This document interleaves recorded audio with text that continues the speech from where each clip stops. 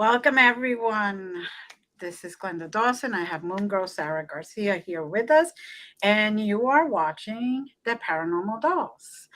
We are live to you. We bring this show to you through the Glenda's Magical Creations channel on the Conscious Awakening Network on Roku TV, Amazon Fire TV, Apple TV, and so many other streaming platforms. Today we have one of the best that I consider a close friend, a wonderful medium, spiritual person, way beyond Sheena Metal. How are you? Hi, I'm wonderful. Thank you for having me. It's wonderful to be here with you both. Oh, thank you for being here. Jinx, you owe me a Coke, Linda. Don't worry, you'll have to pay it back. So,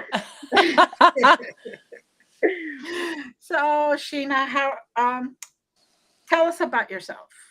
So we have the audience here. I'm a psychic medium. I'm an energetic healer. I'm an interfaith minister. I've been a talk radio host out of Los Angeles for it'll be 29 years in August. I'm a performing and creative artist, and I'm just kind of feel like this is my service, and I'm here to help and heal as many people as I can. So I do that as much as I can, as often as I can. And that's it. I just kind of stay in service and I wait for the next thing to come. And I say yes to a lot of stuff. I'm also a paranormal survivor. I grew up in a very active haunted house as a kid, a very negative house. And that kind of formed a lot of who I am. And I'm a second generation psychic medium. My mother was also a psychic medium. We are of Irish descent. So I think that's being a psychic medium, sort of part of my ethnic lineage. And I don't know, that's pretty much it. I'm from New England originally. My mother was from Kentucky, so I consider myself to be sort of a daughter of the North and a granddaughter of the South. And I think there's mysticism both of those places.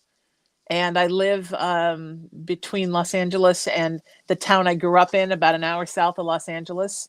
I live on an Indian burial ground. So I basically douche with a selenite wand every day. That's it. Here you go. There you go. Pull it out. That's it. That's my yeah. I think keeps the natives away. We need a bigger one. Tell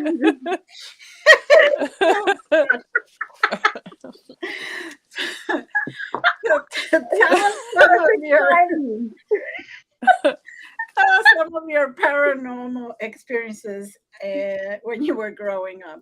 Oh God, that house was just awful. It's funny because my mom later told me when she started talking about being a psychic, which she didn't till I was in college, so we were already in California by then, that, you know, my dad got transferred there, and we had done that before. I was born in Connecticut. We got transferred to Chicago, then we got transferred to Baltimore, and then we got transferred to Los Angeles. So you kind of put a pin in everywhere I lived. So she said, you know, they would take us to like 20 houses a day because you had like 2 weeks to find a house before we got transferred. She said we walked into that house. She felt like hundreds of arms, like doing this, like not this one, not this one. But my father. So of course we went to that one. No. Well, my father, who carried a lot of negativity within himself, of course, fell in love with that house. And that's very common, right? That a person who is either weak or negative or both, as he was both, will fall in love with a house like that. It will almost seduce them. Mm-hmm. And that's kind of what it was. It sort of seduced my father and attacked my mother at the same time. And I sort of just got attacked kind of by proxy because I was there. But yeah, it was a super negative house, and anything you can imagine, right?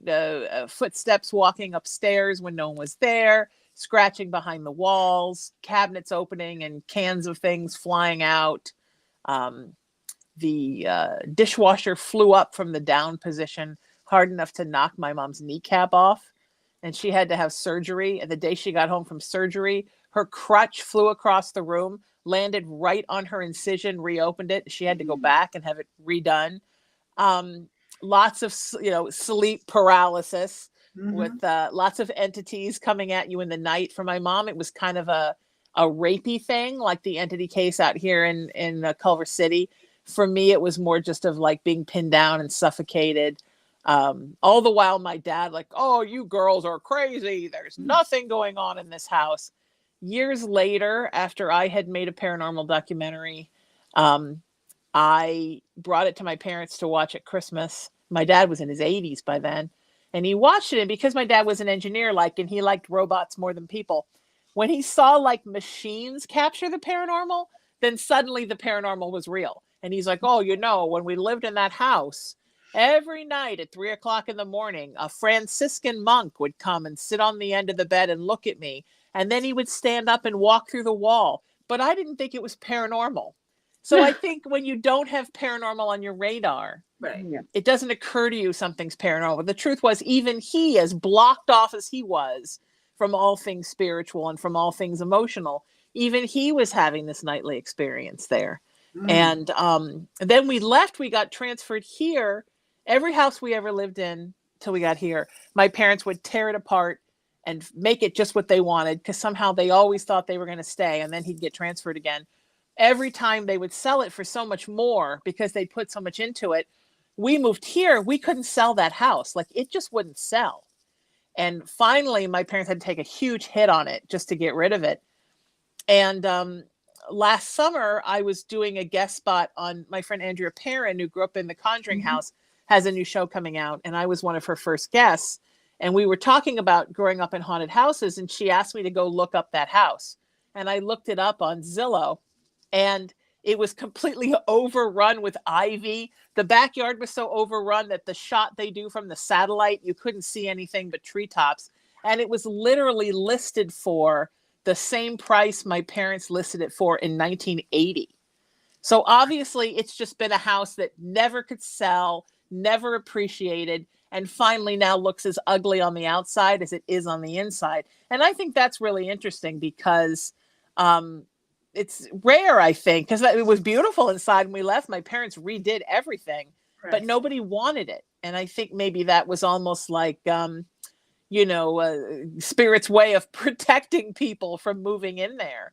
But even now today, and it's on a very nice circle in a very nice neighborhood, and all the houses are very nice. And this one, it looks like Grey Gardens. I mean, it looks like nobody's lived there in 150 years. So I think that's very interesting how a place sometimes can just be wrong. And I don't know what can be done for a place that's like that, but it changed me forever. I mean, I sleep with the Food Network on and about 75 salt lamps as night lights. So I don't think I would ever spend the night in the dark again, certainly not alone. Oh, I hear dinging. It's my child has come to visit. I hear here's my little baby. Here he is. Oh, So hi, Colin. he likes to hug his mama. He doesn't like to be without me. Oh, Such a good boy. I'm so glad he's there. Good. Yeah. So, like you said, now what did your father say once he admitted that that monk was there? Did you say, why didn't you tell us, or was there any Right, I think my mom yelled at him for about 5 minutes. When he started with when we lived in the house, my mom was like, oh, don't you even start, because it was years and years of, you girls are crazy and you girls made this up. No, I don't think he ever acknowledged the paranormal was real. But the interesting thing was, he had some of the freakiest paranormal experiences. When I was in my early 20s, I had just moved out about my house. He had a sextuple bypass surgery, a cardiac bypass surgery. And when he was in the hospital, they couldn't get him to wake up after the surgery. Like, his vitals weren't bad. Nothing was wrong with him. He just wasn't waking up. And they told my mom, look, you have to go down there and ask him to wake up, because he's not waking up on his own. So she did. She went and she asked him to wake up. And he told her that there was a big black bird with a briefcase in its claws. And he was flying along next to it, and it was telling him they were going where he had to go. And then she woke him up from that. But apparently that was going on for, weeks. He wasn't coming out of the surgery. Mm. Then they discovered he had a brain tumor. This was years later. He was 87 when he died. And the night before he had the surgery, he told my mom, "Do you see the birds?" And she said, "What birds?" And he said, "They're black birds flying over the TV. Do you see them?" And she said, "No." And then when he was in the hospital, so he came out of the surgery, turned out he had brain cancer. He came out of the surgery and he barely knew anything. He barely knew his name. And he was in a rehab facility and they were trying to get him sentient enough for him to come home. And he got very mean. He was, hitting the nurses and hitting the ambulance drivers. And he had made his roommate cry. And they asked me to come in and talk to him because he was making people cry. And they don't want all their people crying, right? So first I had to literally put my arms around this man I didn't know who was crying because my father was so mean that he had made him cry. And then keep in mind, my father didn't know who any of us were after the surgery. He didn't recognize me. He didn't recognize my mom. And I came and I told him, "You're not allowed to make people cry anymore." And he said, "Who are you?" And I said, "I'm the person that's in charge of what happens to you. And I'm telling you, you're not allowed to make people cry." Now, this is a man who had spoken almost nothing but 1 or 2 words at a time since the surgery. And he said to me, "You're the person in charge?" And I said, "Yeah." And he said, "Let me ask you something." And I said, "Okay." Now, this is like, he's like totally sentient now, right? He said, "There are these things and they're big and they're black and they have wings. And they keep telling me I belong to them. But there are these other things and they're blue and they look like they would be hot if you touch them, but they're not. And they're like a blue white. And they're telling me that I don't have to listen to the black things and I can come with them if I want. So what the hell am I supposed to do?" And I just kind of sat there like, and I said, "Well, I guess, you got to go where you got to go." And then he immediately went back to doing nothing but saying his name. Like he hadn't even, and then that night he died of a bladder infection that they didn't know he had. Wow. So I really think there is a definite force of light in the universe. There is a definite force of dark in the universe. Mm-hmm. And there are beings that decide to go one way or the other, or a lot of people just sit on the fence and go whichever way pleases them at the time. And I really think that he was trying to decide which way he was going to go. And my mom would be very haunted by that for the 4 years she lived after that. Which way did he go? Did he kill somebody and we just don't know? But I don't know that I think that you need to murder somebody to have a definite force of negativity within you.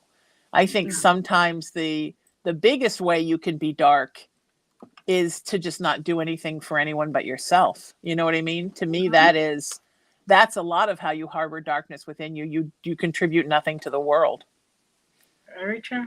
But this is somebody who did not believe in anything paranormal. And it was one paranormal thing after another. Once they had rushed him to the hospital because his blood pressure got too low. And he started saying that he was sitting in a cab in New York and it wasn't going anywhere.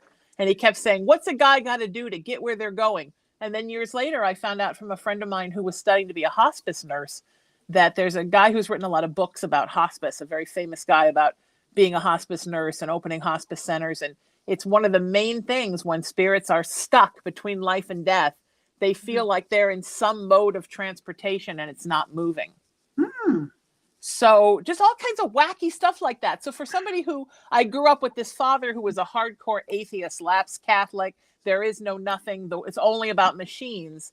He had more spooky stuff happen to him. My mom, literally, she told me she wanted me to send her home. I put her in palliative care. She was gone in an hour. There was nothing, no drama. Her soul shot out of her solar plexus and she was done.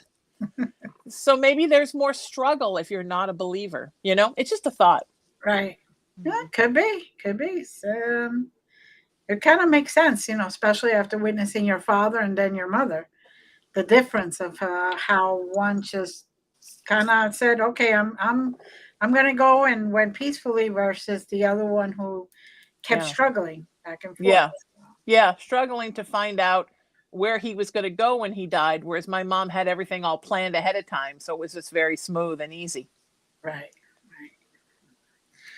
So now I know you said that the first house basically was very active. Yeah. And now you're living in native land. Yeah. Yes. Underwater, below sea level. Below sea level. Yes. Okay. So you have the conduit of the water. Yes, I do. Right. My whole backyard is a pool. So there's more water than anybody could ever want in their life. And then you're native ground. Now, how does that work with the spirits there? Well, I feel them outside of the house all the time, especially at night. Mhm. And I feel them. So I'm living in part of the house right now while I wait to get the rest of the house remodeled. And then I'm going to take the part I'm living in and move to the other part and remodel this part. Right. So I can feel, so the only parts that are really warded right now are the parts that I'm living in. And I can feel them around the periphery in the other rooms. And occasionally I see them out of the corners of my eyes here. I'll see something and I'll look and there'll be nothing there. Cullen, of course, sees everything. I'm like, oh, honey, why are you looking over there? Don't want to know that's there, honey. But yeah, he's he's especially fascinated with the backyard. And I'm about to have security cameras put everywhere. And I know I have to put one in the backyard, but I'm like, I don't know if I want to know what's going on in that backyard. So I see a bunch of Native Americans wandering around back there. I might get freaked out. Because I do have, I have paranormal survivor PTSD from growing up in that house. Right. I ward with let me see, I'm in my office right now. I have 1, 2, 3, 4, 5, 6 salt lamps in this room. And I have 1, 2, 3, 4, 5, 6, 7 selenite wands and a selenite tower. And I have 2 brooms in here. So my whole house is salt lamps, selenite wands, and brooms. And I tell people when I teach, I just taught at the Parapod convention a couple of months ago. And I tell people, I'm serious. Selenite wands, salt lamps, and brooms. And it does keep this stuff away. It does. It does. I'm just laughing because I'm thinking, okay, I should tell you when you're about to do the other side of the house. Yeah. I want to know because I want to get stocks on the selenite and the salt lamps. Right? I'm coming. Well, I'll tell you, they have beautiful salt lamps at CVS at Christmas. This is a crazy story. And the day after Christmas Day, they go on sale for half price. And New Year's Day, they go on sale for 75% off. So literally the first week of January, I think I went to 37 CVS's. You just hoarded all of them, didn't you? And I got 35 salt lamps at 75% off. So I already had a handful of them. Right. And I just filled the house. And I have a hutch in the hallway where I have enough selenite, enough salt lamps and enough brooms to do the whole rest of the house. The selenite I still have to work on. So I'm all set to do the whole house when it's ready. Because, you never know when you're going to get a deal like that again. Yeah, no. You had that. I do the same thing. But it's, this stuff works. And people that tell me like, I'm having sleep paralysis, I'm having visitations. I'm like, why are you not sleeping with a selenite wand right next to your bed or under your pillow or on your headboard and a big old hunk of black tourmaline? Because it helps. Yep. I have them all over my bedroom, actually all over the house too. And because I have a house from 1900. So as you can imagine. Yeah. And I have springs, underground springs. So there's the water conduit section. So I get all kinds of things. And I'm like, no. And then I go right after Halloween and get all the cinnamon brooms from me too. Yeah. From all the places because it goes on sale then. Yeah. So, and all over the place. Front of the back of the house. Yeah. So Yep, I keep threatening to mount one over the front door. I probably will after the remodel. I'll get a big one and put it over the yeah. front door. Yeah. And then So I've been you are. doing the little circle, the little disco balls with all the mirrors Oh, sure. Yeah, that's Yeah. good. in all the windows. It's like, Oh, okay. Good. stay back. Respect that. So you're Yeah. all ready to party. That's it. And it helps. No, the ghosts are ready to party, not Glenda. It's the ghost. Yeah. Disco Right. ball. Yeah.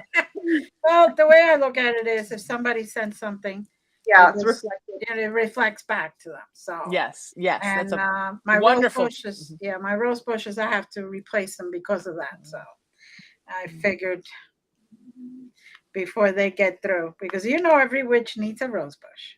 Oh, I didn't know that was a witch thing. And I have a giant rose bush at my city house. Yes. And it never occurred. I did not know that was a witch thing. I'll plant some here. Yeah, that's a witchy thing. It the beauty of the flower gives the peace, and the thorns send us the stuff back. So takes the Every hit of rose has a somebody. thorn, baby. Every rose has I a did thorn. not know that. I love that. Okay. I like Savila though. Savila, how do you aloe? Aloe? That's how Aloe, you say yes. it? Oh, Yes, that I have a Savila. lot of Yeah. here. Yes. Yeah. Yes. Aloe vera. Well, it helps absorb the negativity. That's something Oh, my old place I had a lot just in case. yeah. Yeah, it will absorb all the negativity, and that's also lemon trees or lime trees if Oh, you have them in your yeah. Those I would love just to have the lemons and limes. yeah. Mm-hmm. So you are also a talk show host. Sure. So can you talk about that? I've been in radio since August of 1994. I took a radio gig kind of as an accident because I was doing a television show that became kind of popular. And then I got picked up to do a bigger version of it. And I was so excited. Then the Northridge earthquake happened and it destroyed their studio and they canceled a bunch of their programming. They canceled all their new programming, went on hold, and they wound up never developing the channel because their whole studio was a $10 million studio, had been destroyed in the Northridge earthquake. In that time, a friend of mine was doing a radio show in the middle of the night on Sunday mornings, and he wanted to get rid of it because he had a new girlfriend and she didn't like they couldn't go away on the weekends. So he said, hey, take it for a week. They'll probably fire you the next day. But hey, you can say you did a radio show. And I was like, all right. So I did. And they called me the next day to fire me. And they said, actually, we want to keep you and we're going to give you twice as much time. And I knew that first night that it was just what I did. And I have not stopped since then. So I was there for a few years. And then I worked on what was then the Howard Stern station before he went to Sirius. I did shows for that station for 7 years. Then I went to LA Talk Radio for 12 years until COVID. And then I went to iHeartRadio, and that's where I am right now. I'm on Live Paranormal Network through iHeartRadio. I don't know. I love it. I love storytelling. I love people's stories. I love hearing about people. I'm endlessly fascinated by everything and everyone. I love the medium of talking. I love people listening to conversation and learning something or it making them feel good or warm, or I just love it. I probably will always do it. So I do 2 shows now.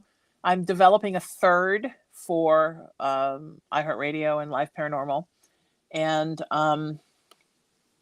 we're moving to a newer platform where we actually tape the shows. We're moving to a newer platform next month that's owned by iHeart. And when we get there, then I'm going to add the third show. And then I do a weekly talk show on Fridays for KGRA, which is on camera, where I interview folks. And it's kind of where my entertainment life, my spiritual life come together. That's called the Sheena Metal Experience. The shows I do for iHeart are Raising the Vibration and Haunted Playground. And then I'm developing a new paranormal show for Parapod Network, a podcast for them called Confessions of a Paranormal Survivor. And then last month, I got asked to develop a show for a wonderful new streaming network that's all over all the platforms. And they're everything. It's movies, it's documentaries, it's music videos. They have a huge catalog that they're developing. And they started in September of last year. They already have 1 million internet, a million exclusive subscribers. So I'm developing a show for them that's going to start the end of June, and it's called Messages from Spirit. And basically I'm actually going to bring like everyday people onto the show with me and read for them, which I've always wanted to do, a show like that. So this one is enabling me to have the platform to do that. And I'm super excited about that. So Sounds wonderful. Congratulations. thank you. Yes. And it sounds like you're keeping yourself very busy. Oh, Yeah. right. Things just keep coming. Yeah. I just keep getting things coming, and I just keep having more wonderful people come to me and ask me to do things. And I believe in the art of saying yes, Mm-hmm. I love to collaborate with people. No. Yeah, I'm just not there yet. I'm all about the saying yes. No, I love to say yes because I look at it as an opportunity and to give more healing to everyone. We do these type of things so others can understand that they're not by themselves. Yes. Or that other people had similar experiences, that it isn't that they're crazy, that it isn't that they should be locked away or anything like that. And it's very important. I agree. Very important to get the community to understand that we have all experienced things. It is now time to actually know that you're not alone. Yes. Yes. And people like, do you sleep? Do you do it? Yeah, I see my friends, I sleep. I have a very thriving spiritual practice. I see a lot of clients. I don't know. There's a lot of hours in the day to fill, right? Why not fill them helping people? Mm-hmm. Very good. Very good. So, what else would you like to tell us? What else? What else would you like to know? I'm loving the magic of living at the beach. Mm-hmm. I grew up here. I loved living here, but I moved to LA because there really wasn't an art scene here, and I was an actor and a writer. So I moved up north to really pursue art. Mm-hmm. But the world has changed and things have become virtual. And because of traffic, it takes a while to get to Los Angeles from here because of Southern California traffic. But now, especially since COVID, everything has become virtual. And even all my studios for my shows, even this new one, it's all going to be done virtually. So it's afforded me the opportunity to be able to build a life down here and be close to the ocean. Like I said, my best friend lives about 10 minutes away, and I go to her house a lot for dinner, or I have dinner with friends, and I always make it. At the end of every night, I always go to PCH and I drive home that way, Pacific Coast Highway. So every night I look at the ocean. And the ocean, we've always lived on the water. My dad was an amateur boat builder. And so we always lived near water. Even in Chicago, we lived on Lake Michigan. And the water has always been very healing for me. And I'm loving the energy of being here in this place. The tract that I live in kind of butts up to a wildlife preserve. So there's a lot of birds, and, the poor Cullen loses his mind. There's so many birds. He loves it. And there's a lot of animal activity in the yard and all kinds of stuff. And I have owls, and I have a dove's nest right outside my door right now. And I have mallard ducks that swim in my pool every morning. And they bring their babies when the babies come. So it's just, it's peaceful here. And I think that my whole life has been run, and service. And I love that. But it's kind of nice to be in a place now where it's wound down a little bit. And really, this town kind of comes to life with the sun and goes to bed with the sun. I'm a night owl, so I do not do either. But I do like sort of the peacefulness of how quiet it is here at night. And I never thought I'd say that. I was a city girl through and through. But part of it is the world changed, and part of it is I changed. And also, I think when you're doing this work full-time, reading for clients, which I've really only been doing this full-time for 5 years, you need that sort of respite to recharge. And I find that the ocean is a wonderful way to recharge. Does that make sense? Yes, definitely. I unfortunately am about 2 hours away from the beach right now, but if I could, when I lived in New Jersey, I would just like my kid's father would pick up the kids because we were divorced on Friday night, and I would take off right to the And beach. at the And Yeah. shore. yeah, Bikini and all. and I would just sit there and watch the sunset or watch because I myself am a night owl usually. Yeah, I Lately, am not too. so much, but I would. I'm definitely not a morning person. But I Yeah. would definitely stay up all Well, you night and got then just Brenda. watch the same sunrise and then go have coffee, breakfast, whatever, then go home and take a nap and then start it all over again. But that was my It's nice. beautiful time there I could spend, balance, rejuvenate, and Yeah. just be at peace with myself. And Yeah. basically just be, just Mhm. melt in. Absolutely. Yeah. Absolutely. So, Yeah. but And being here with all my mom's energy, I'm sitting at her desk right now doing this. Those that guide us in our lives guide us after they're gone. And she's always guided me from about 45 minutes after she passed. But being here in this place and her energy, and especially in this room, which was her office, it was like her mom cave, mhm. where she first discovered her psychic gifts, where she studied to become a hypnotherapist, where she realized that she was a witch and started practicing. All of that happened in this room. And so to be here in this room now and be using this room as my office for my work, that's a magic feeling, I can't imagine doing it anywhere else now. Mm. Yes, it's special, real special blonde. Yeah, it is for sure. It's nice. And that's kind of and I'm just so excited about everything in my life. I'm excited about I don't even know what to say past that. I'm excited about everything in my life. And this cat who you saw a little while ago, I mean, this guy he's my soulmate. I mean, I've had him since he was 3 days old. And, when he was 3 days old, he was about like that big. He kind of crawled up and put himself right here over my heart and went to sleep. And he's kind of never stopped. It's just kind of, he's still so attached to my heart.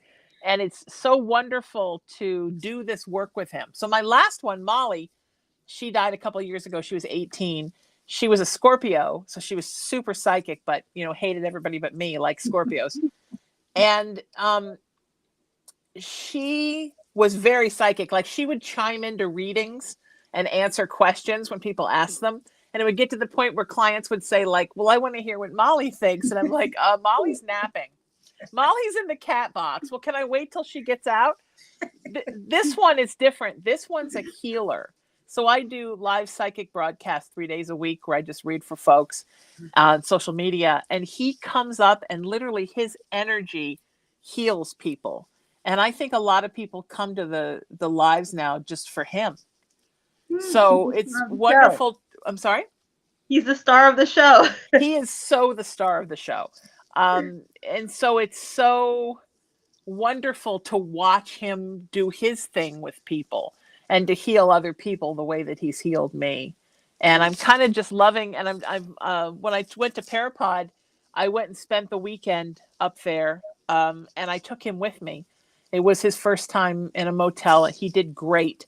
And so we're going to do some things like that when I teach, and then eventually figure out how to get him on an airplane. I think he'll be really good about flying because he's great about the car. And just take him everywhere so he can bring his healing and I bring my healing, and we kind of work together on our healing. So that's the first time. I mean, I've always had animals and I love animals, but it's the first time I've ever had one that I wanted to bring places with me and incorporate into my spiritual work. And it's amazing. So I highly recommend that if anybody has an animal that's interested in getting involved in the work that they're doing. Right. Well, to that effect, I actually attune animals to Reiki. Oh, beautiful. Yeah, because a lot of people do have like service animals or animals that they take with them all the time. Right. So I attune them to the Reiki, and then they could feel the difference when they are down, when the animal reacts to them and gives them extra healing. So Sure. it makes complete sense to me. Yeah. Um, so this the newest Right. venture that you have. Uh-huh. Have you thought of how you're going to bring that into play, or just? Yeah, I'm working with my producer on it now. I think basically it's going to be a little bit of I'm going to give a little bit of a spiritual talk at the beginning, Mhm. something that's on my mind in the world of spirituality or psychic stuff that's, I think, an interesting thing to share with somebody. I have a nonprofit, which is called raisingthevibration.org, that I founded to carry on my mom's teachings after she passed in her honor. So I always talk a little bit about vibration raising.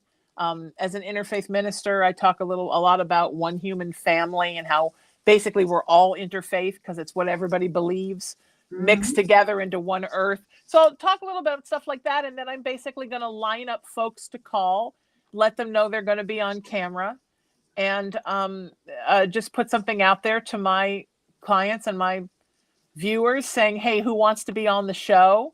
And pick some folks every week and then let them come on and ask their question. And then I'll have a little bit of time, not just to answer the question, but also to kind of work through some stuff with them so that they hopefully get a little bit of healing out of it. I'm not a big fan of, look, I understand it's part of the business. I don't know how the two of you feel, but I'm not a big fan of the dog and pony show. Like, I'll do it. I have a client. She's been my client for like 5 years. And she always says to me, like, what did you see about what happened last night? And I'm like, look, I can play that game where I have to give you the answer for everything. But if you're really coming to me for healing, isn't it a better use of your time for you just to tell me what it is you want an answer to? So I'm not a big fan of just that, like, cold, like, I can do it. I can do all the parlor tricks, but I don't think it makes for as interesting of a show as somebody comes to you with a question seeking help and healing. And Mhm. then I can help get the answers, speak to the person they want to speak to, or speak to spirit about them, and then help them work through what they need and get a little bit of healing, and everybody goes away a little bit healed. Mm. Yes, that sounds the right way to do it. Definitely. That interests me a lot, because I think that people don't realize maybe that a lot of folks come to psychics not just to get questions answered, but really to get healing in their lives. And that as you're speaking with them on the phone, you're kind of low key sending healing to them, right? Mhm. Mhm. Yep. That's what I always say when my clients come for readings. Remember, I don't always tell you what you're looking for, but I do give you what your higher self tells me that you need. Exactly. Exactly. You can't always get what you want, but you almost always get what you need. Exactly. Exactly. The Rolling Stones never fail us. Yes. But that's very true, right? And Right. it's a lot of times they ask the same questions over and over again that aren't really benefiting their healing. And I'll answer those questions, like, when is he coming back? I'll answer those questions, but sometimes you have to think Get of, it like, done. what can I change within myself to make that situation better, either to help to bring him back or to realize I don't really want him back by making the changes inside of me. Right. Perfect way of putting it. So I try to help people with that. We do get sometimes stubborn clients, Oh, yeah. Oh, yeah. Oh, yeah. that, or I've had clients where I guess they hear word of mouth, so then they try to put a block. I can still pass the block, doesn't matter to me. But Sure. my point with that is, then they're like, oh my gosh, okay, she knows. They're like, you do yourself a disservice because you're paying me for a service. Yes. So it's like, do you want me to know, or are you trying to test me? Because we can do that too Yes. if you want. That's fine. But Yes. then But and then when that right. happens, you're gonna be disappointed because I was able to break that wall, which I do. Right. And then and then what? For what? Yeah. Like, But what a waste of your time. I mean, if you Yeah. call me and you only have a certain amount of time for your reading and you're like, okay, I met 5 guys this week. Can you describe each one to me? Yeah. But isn't that sort of a waste of your time? I mean, but some people just want to do the tricks, right? Because they're Yeah. always testing you. No matter Mm. how long they've worked with you, they're still testing you. And I try to help my clients move past that mentality, because I think putting up that wall, that block of, well, how can you show me it's not all a bunch of crap? I think in life that carries over to your personality, and you find you're not getting a lot of things that you want in your life because you're not open. You're always putting that wall up. You're always trying to make spirit, God prove to you why what they're doing is right, but they don't have to prove anything to you because they're higher power. So it's so much better just to live open and let things come than to play this constant distrust game. Yes, yes, definitely. Because not only does it waste time, but it also puts a negative already vibration. on the reading. Yes. Right. Yes. With negative. I agree. And I also think that talking about stubbornness, Sarah, the when is he coming back, when is she coming back question. I find sometimes with those folks that when I finally get to the place where I'm like, okay, so let's talk about you and how to make you happy and how to make you healthier, you actually energetically feel them start to resist you. Yeah, the pushback. Yeah, because they don't want to talk about them. They want to talk about when he's coming back. But sometimes in order to smooth a relationship over or get people on their path again, especially with soulmates and twin flames, people with soul ties and soul karma, you're part of that couple. You got to get yourself on that path too. And obviously you've seen from proof that you acting this way and him acting that way is not making him come back. So how about we try something a little bit different? Right. But the couple readings, those I'm like, are you? I'll do them, but I don't want to do them because there's always some truth that comes out, and I tell them, look, if we're gonna do this, I'm just gonna be real with you because I don't like to lie. If something comes up that he's doing something or you're doing something, this is what you paid for. You said you wanted a couples reading, so just be prepared for that. Yes. So. Yes. But I'm like, but then you're like, kind of like, oh God, this is going to cause a problem. But they paid for the service. Oh well, this is what you wanted. Here it is. Yes, so. Exactly. Yes, yeah, 100%. Yes, 100% true. And they don't understand sometimes that you'll tap into a spirit for a timeline of when he might come back, and then that timeline can shift. Well, timelines shift, right? Right. Spirit shifts, and also sometimes people have free will. And they decide not to honor that timeline and they shift it. So people that think that they're going to come to you and you're going to give them a concrete day and time, and that's going to be 100% the day and time. Well, that's not how the universe works. And you know what I mean? And if I could honestly do that, I would get lottery numbers and go to the horse track and get numbers. And I would just be a gazillionaire and just hug people for a living. There you go. There you go. I actually have taken the thought of and the hard line of not doing couples because the last couple I did do was Valentine's Day, and they wanted a couples reading, and I was like, this doesn't feel right. This just doesn't feel right. And I kept trying to push them aside about that and change their mind. I even offered, for the price of, don't worry, but I have to do you separately. Well, the guy was hoping to have a child by a year or two. She had gotten her tubes tied and was fooling around. So I'm like, how do I say this? There ain't no beta coming. Yeah, no. So I was like, yeah, no. After that one, I was like, no more. I don't care what it is.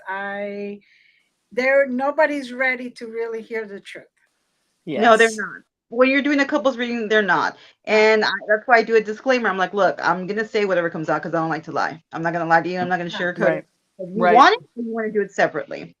And, sometimes it can get uncomfortable, Glenda, as you know. And I'm like, look, this is what it is. Oh, you're talking to somebody else? Oh, what? You wanted the truth? Here it is. Yeah. It's hard. It's hard to know how truthful to be. It's hard. It is. It's hard. It's and the kind of things people want. They want their death date. They want to know when their mom's going to die.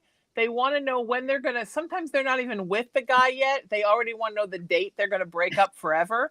It's like, why? One wanted me to get, I want the new girlfriend's social security number and address. It's like, why would spirit give me that information so you can go and stalk someone? Why would you get your mother's death date right there? If you know when your mother's going to die, you're going to treat her totally different. You know, why would you want your own death date? I don't want my death date. No. That's okay. I prefer just not knowing, living my life fullest. Yeah. Each and every day. Exactly. And that's it. There's no need. 100%. I know when I have been given the gift of knowing when people are going to die. So if I see somebody within their 6 months prior to the death, I already know. But I actually don't give them that because that taints their life. Yeah. Right. Yeah. Well, I guess that because we've been talking about working on some stuff together, I guess that means I'm not dying in 6 months. So no. that's a relief. No, you're not dying in 6 months. Glenn is not going to start anything with anybody who's on their way out. So that's a well, good. Maybe I'll just, It's good news. You didn't say, hurry up, we got to do it quick. That's always a plus. It's got to be before now and the end of the year. Come on. We only got till the now end or of never. the year. No. That's fantastic. I determined a long time ago that was a gift for me to get them on the right track as fast as I could, or at least show them the track that they need to be in as fast as I could. Yeah. But not being too open about it and give them that date, because that could be either way. If somebody tells me my date of death, I will be like, okay, let's do everything on my bucket list because I don't care how much I spend, what I spend, whatever, and just do it. But other people may have a problem with it. Yeah. And then go into deep depression, and that will bring their death even sooner. It's true. That's very true. Yeah. I don't want that gift. I don't want to know when people are going. I don't want to know. I don't want to know because I don't want to ask because I don't want to even have the information and then say I won't give it to you. I just won't have it. I don't want it. No, I can't blame you. I knew when my father was going to die. I knew when my mother was going to die. And my brother one time said, oh, I wish I had that gift. And I'm like, you have no idea. No. The burden that is. It's a gift. Yes, it's a gift because it was given to me. But brings a lot of other stuff with it. Yeah. Okay. No, I know what gifts I don't want, and that's definitely one. I don't want to be a trans medium. Have anybody ever asked you if you'll do that? Some guy wanted me to be a trans medium and take his dog's spirits inside of me and bark. I'm like, no, I'm not. I love spirits. I love to talk to spirits. I do not want spirits inside of me. I'm not allowing your dog's soul to penetrate mine. I'm not going to pee on your carpet or bark or sniff your butt or any of those. Right. I'm not going to manifest your cat and ask for a Whiskas temptation. I'm seriously not doing it.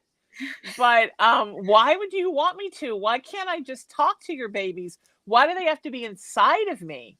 He's like, oh, I've heard that all the good mediums are trans mediums. And I'm like, no, it takes a certain kind of person to be a trans medium. And I'm such an empath that if I let a spirit inside of me, I would never be able to forget about that. Once I couldn't unsee it.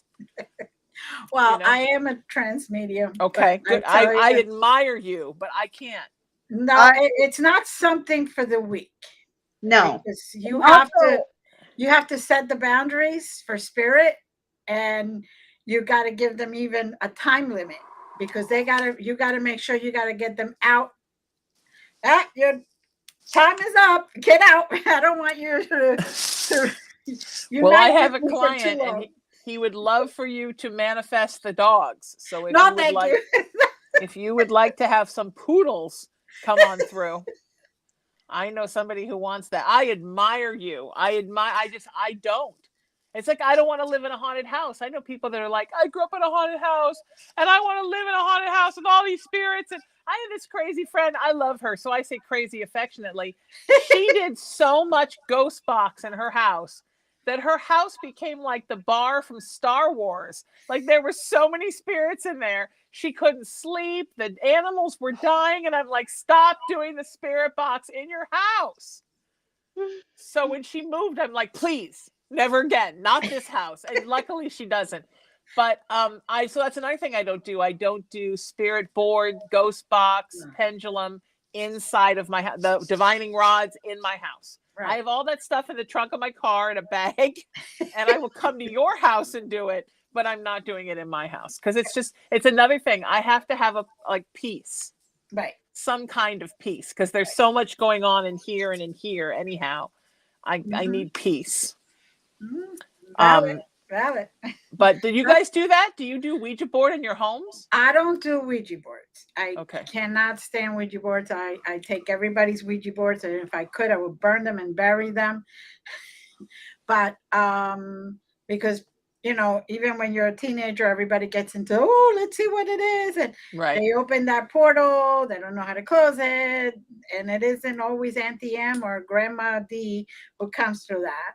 And that creates a whole other mess and problem. But I don't work with Ouija boards. It's usually a super creeper. I always say playing the Ouija board is like taking off all your clothes and going into a bar at 2 a.m. and saying, who wants to have sex with me? Like, you're going to get takers, but who are you really going to get as the takers? Right. So when you open up the board and say, does anybody want to talk to me? Oh my God, every celestial freak from here to Jupiter is going to show up. But are those really who you want to talk to? Sarah, what about you? What do you think about this? Well, I love divination work. I practice all types of divination work. The only problem I have with the Ouija board is people don't properly use them. So it also gives them a bad. So here's the thing. If you're going to use them, to me, that's fine. Each his own. I use a Ouija board, but a lot of the times when something bad happens because of the Ouija board is because you're not using it properly. You're not supposed to use it alone. You're not supposed to put your hands at the front head. You're supposed to say goodbye. Some people leave it open. Mm-hmm. You have to be precise of who you're asking to come in, not just anybody or anything, like you guys were saying. Right. Yeah. I don't mind it. Like I said, I like doing different forms of divination. It's fine with me. My only problem with it now is my dog, because I have my dog now, and I just don't want to have things open for him because I have to go sometimes. And I go to the store and go this or that, and I'm scared of leaving him alone. And if something bothers him, so with the haunted dolls, I have too. And we talked about that on your show that I just did with you. Yeah. There's one in particular that he's really scared of. So I'm thinking about getting rid of that one just because of him. You know, my sons, they're used to all this crazy, wacky stuff. They know what's up. So, you know, they have experiences. They come to me like, oh my God. I'm like, all right, okay, well, you know, we'll work on it. We'll do something. But the dog can't tell me anything. So that's what I mean, he'll bark at it. But, you know, I'm concerned for my dog. But yes, do I use divinations? Absolutely. Yeah. But again, you have to know how to use them properly. That's exactly. Yes. And I love them. I love using them. I just don't want to do them in my own home. And even the paranormal stuff, I'm all about Ovulus and the ghost box and everything, just not in my house. And one time, because I collect pendulums, and one time I got my first pendulum at Waverly Hills Sanatorium in Louisville. My mom grew up in Louisville, interestingly enough. And I had just gotten this pendulum, and I started holding it to look at how beautiful it was, and it started spinning. And all of a sudden, it started telling me that it was my mom, which was weird because my mom and I are in contact all the time. Like, I don't need a pendulum. Right. She's like constantly over my right shoulder, like blah, blah, blah, blah, all the time. And all of a sudden it started saying things, and it was spinning. It started spinning really fast. And about 5 seconds in, I'm like, this is not my mom. And I shut the thing down, and I'm like, not in my house. Right. Not in my house. I can't. So I love them. Mm-hmm. And I have them, and I just got for my birthday this really cool, like, it's like a holder for them. It's like where you can display them. Right. It almost looks like that ride when we were kids at the carnival that had the swings. It looks like that. And I love it. I love this. So I can't wait to bring them all down to the other house and display them all. But Right. I don't open anything up. I don't open up a hole in the veil and start trying to use them in my house. Right. Because I don't want any scragglers here. Yeah. I spent my whole life trying to get away from living in a haunted house, and so we don't need that here. And I was telling you earlier, Sarah, when you did my show, I don't want Cullen exposed to it. Right. He's an innocent, and I don't want spirits coming here and messing with him. And that's it.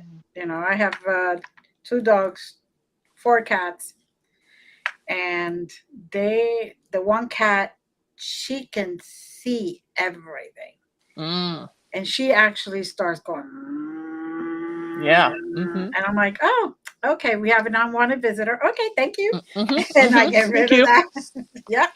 Yep.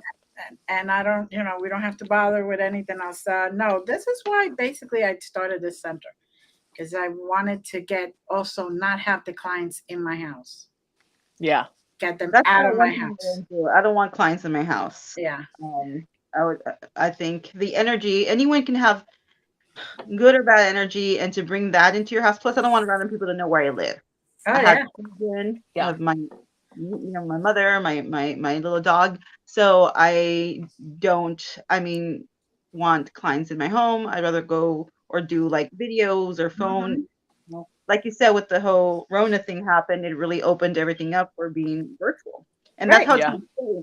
That's how it's going to stay. A lot of things are going to be, especially now till next year, 2024 upward, the AI is going to be crazy. So there's going to be a lot of things that are going to be technology based, virtually based, more school, besides the homeschooling thing that we have, but like that, and more jobs and stuff being from home. So Very true.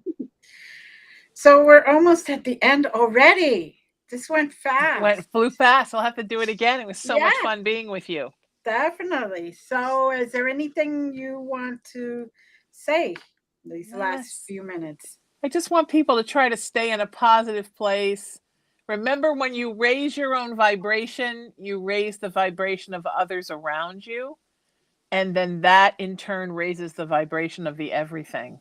And it all kind of starts with you, like the 3 of us right now, right? We're all lifting each other's vibrations as we're just sitting here talking.